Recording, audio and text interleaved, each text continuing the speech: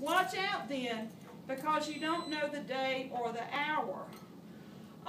Now, this is a pretty familiar parable, and, when I read it and I think about it, the first thing that came to mind is, well, this idea of you don't know the day or the hour. Well, in terms of biological time, we do. I mean, we know 2013 begins at 12 midnight on January the 1st.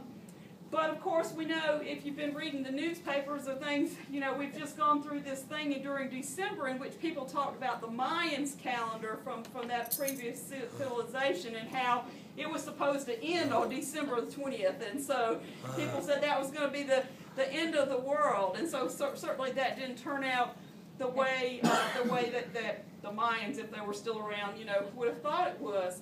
And it makes me think about the old song by the rock band Chicago that says, "Does anyone really know what time it is? And does anybody really care?" I know that song, yeah. So whether we know or whether we don't know, I mean, I think this is something that we can think a little bit about. But when I think back to this parable, the moral of the story that comes to my mind is that we need to be at peace, that we're prepared for whatever will come in life.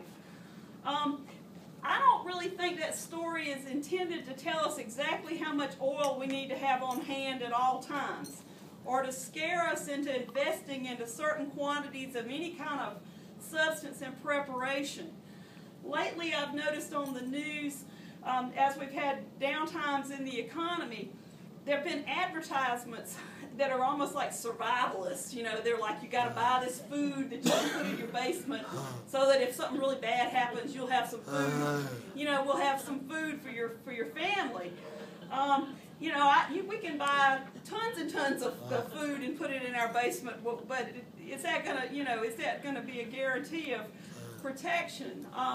And I don't mean to get political at all, but since this tragedy up in Connecticut, some people have said, well, what we need in schools is more guns so that the bad guys can shoot the good guys if the bad guys, or the good guys can shoot the bad guys if the bad guys come with the guns. And frankly, I don't buy that argument, but I guess whatever makes those people feel fine, I guess it's fine for them. But it was interesting to think about this parable, which seems to tell us, watch out, be prepared, you don't know the day or the hour. The one that comes right after it is sort of a different argument. And the one that comes after it is the parable of the three servants. And to me, that's one of the strange parables in Matthew. You probably know it. The owner or the overseer gives each of the servants some money as he gets ready to leave, and he gives one 10, and he gives one 5, and he gives one 1.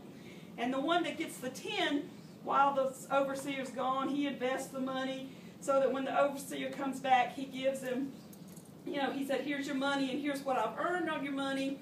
And the overseer says, oh, well, you've done the right thing. You keep the part you've earned. Same thing for the one that had 5. He's earned some money. He gives, say, here's your money back.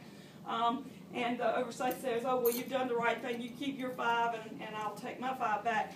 But the one that had 1, he was afraid, because the overseer was such a harsh man, that he had buried it in the ground. And so when the guy comes back, he digs it up and goes to give it back to him. But the overseer is not happy about this situation. In fact, at the end of that passage,